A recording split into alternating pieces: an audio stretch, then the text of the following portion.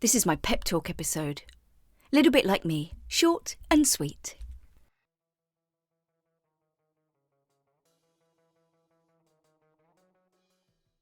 Hi, this is Erin, and welcome to Everything EFL, my little podcast about English language teaching and other teachy stuff too. Credit and honourable mentions will be given during the episode or in the show notes. Let's crack on. Hello there, you gorgeous teacher. If you're a new listener, you are most welcome. If you're a regular listener, welcome back. Always great to see you. So I had an idea for this week's episode, but I had quite a bad week. I was really, really tired. I haven't been sleeping very well, and I've also been experiencing a bit of a lull in my self-confidence, if you will. And it got to Sunday. Usually I would edit or record something, or at least make a soundbite for a ready-to-go episode, and I didn't have the energy to do any of those things, so I didn't post when I should have. However, I'm not going to feel bad about it. Why? Because this podcast, it's a passion. I love doing it. And that's exactly the reason I didn't post it on time. If it stops being enjoyable, what's the point? So anyway, I gave myself a break, which is pretty fitting because it's kind of what this podcast was going to be about anyway. So let's dive in. Right, okay, I didn't have a great week. Like I said, bit of self-doubt crept in. I have a new class. It's a 10-week course, but I just got very overwhelmed with the course material, and I just started feeling the pressure, and there was so much to teach, all the different, skills and everything, plus loads of presentation and pronunciation and, all the stuff that we have to do. And I was thinking, I'm never going to be able to teach them everything they know in the 10 weeks and all of this. And then I just went, hold on a minute, Erin, come on. So I did a few things. Okay, the first thing I did was I consulted some fellow teachers who've done the course before, and they reassured me. You need that reassurance sometimes. Secondly, I thought, okay, Erin, use your brain, be selective. So I just selected the essential things. And not only am I using my own judgment, but I'm trusting my judgment as well. Surely I've been teaching long enough to select the correct stuff and be confident about my choices. But at the same time, I asked myself, what do the students want? So I asked them to vote on the units that they were most interested in as well. Keep them in the loop. Don't make all the decisions yourself. And then I thought to myself, and my friend Erin Myers from the Educator's Mindset podcast has said this before, know you're enough. I said, look, I could always spend more time prepping, and of course, everyone could. You could spend hours doing it, but why should you? What you're doing is enough. Trust yourself. Keyword, balance. So I give myself a bit of a time limit. I don't sit and prep after class anymore for the next day like I used to, because you just sit there for hours and hours and hours, and I don't want to do that. I need a balance. So this year's been stressful enough. I'm not adding to it. I refuse to add to it at this point. I'm making much more informed and considered choices about everything now, because this year has been a real test of everybody's mental health. I think most of us have probably reached a bit of a breaking point at some point. And this is all part of it. You have to have that balance. And then I also went on to LinkedIn for some advice. Now, guys, if you're not on LinkedIn and you're not connecting with teachers, I strongly advise you do. There's so much engagement happening on LinkedIn, so much. So what I thought I'd do is I'm going to share with you the question that I asked on LinkedIn. My question was, do you ever have days when you doubt yourself? Maybe you're lesson bombed, or you're doing something you're unfamiliar with, or you're feeling overwhelmed by the course materials. What do you do when you feel like this? And I got some really great responses. So I'm going to read them to you. So Elizabeth Mackey, she said, I try to take time out, at least mentally, and look for inspiration. I check out blogs and other teachers' ideas. Brilliant, simple, step away, find inspiration from elsewhere. It doesn't always come from just staring at the book, does it? Let's face it. Rasha Awed, I hope I pronounced your name there. She says, I refer to my peers. I talk and discuss what went wrong and get suggestions from them. Totally agree. I said it in episodes 48 and 49 when I was talking about new teachers.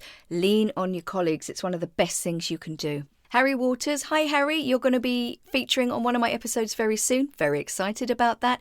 He said, I have those days. I have them fairly frequently. Thank you for your honesty. Social media kills me. It makes me doubt myself constantly. You know what doesn't make me doubt myself?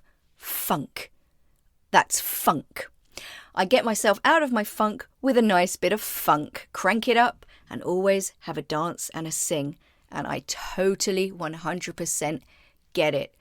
Now, my thing is a little bit of RuPaul, Sissy That Walk. Very camp song, but it's just very uplifting, and I find myself strutting around like a drag queen when I listen to it, and it just makes me feel so much better, and that's sometimes just what you need, a little pick-me-up, if you will. Silvina, I'm not even going to attempt to pronounce your last name. She says, in my opinion, doubting ourselves boosts our creativity and leads us to keep learning and improving our teaching practice. We should take advantage of these feelings in order to make progress. There's always room for improvement. Absolutely, Silvina. Dig deep, guys. Dig deep. And the lovely Ian Brownlee.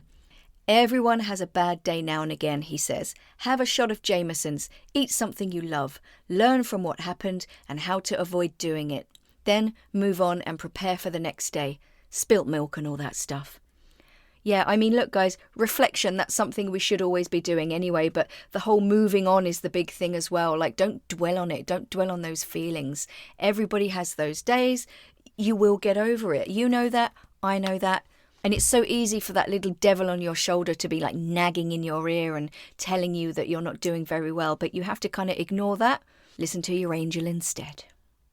So, the basics. What do you need to do when you're having an off day? Number 1, snap out of it. You're great. And don't forget it. Number 2, don't overdo it. Find that balance. Don't feel bad about not preparing for hours on end. Are you paid to do it? Are you? Number 3, sing and dance. What really lifts you up? Get moving, get strutting across that kitchen. Number 4, reflect. Maybe you were wrong, maybe you have been doing something wrong, but step back and look at it. Number 5, get inspired by colleagues or the vast amount of information on the internet. Everything EFL Pod, for example. Just saying. So anyway, guys, look, this is a short one, but I just wanted to put that out there because I know that a lot of teachers do put pressure on themselves, and I just think it's completely unnecessary. You're amazing. You just have to be the one to remember that. So guys, if you enjoyed this episode, you can do a few things. Hit that subscribe button so that I magically appear in your podcast player 3 times a month. You can follow Everything EFL podcast on Facebook, and then I can invite you onto the Everything EFL teacher development page where I've started posting videos on most days, just little hints and tips. Or follow me at Everything EFL pod on Instagram where I post the same stuff. I'm looking to build a community and engage. Connect on LinkedIn with me as well. My name is Erin O'Byrne. Like I said, if you're not on LinkedIn, you're missing out. Everybody's so engaged and so helpful. You could also share this episode with any of your colleagues on your social media, or tell them about it if you are indeed back in the workplace. Or write a kind worded review on iTunes or Spotify, and this will help push me up the ratings and get me noticed. And most important, guys, as always, have a peaceful week and share the love. Bye.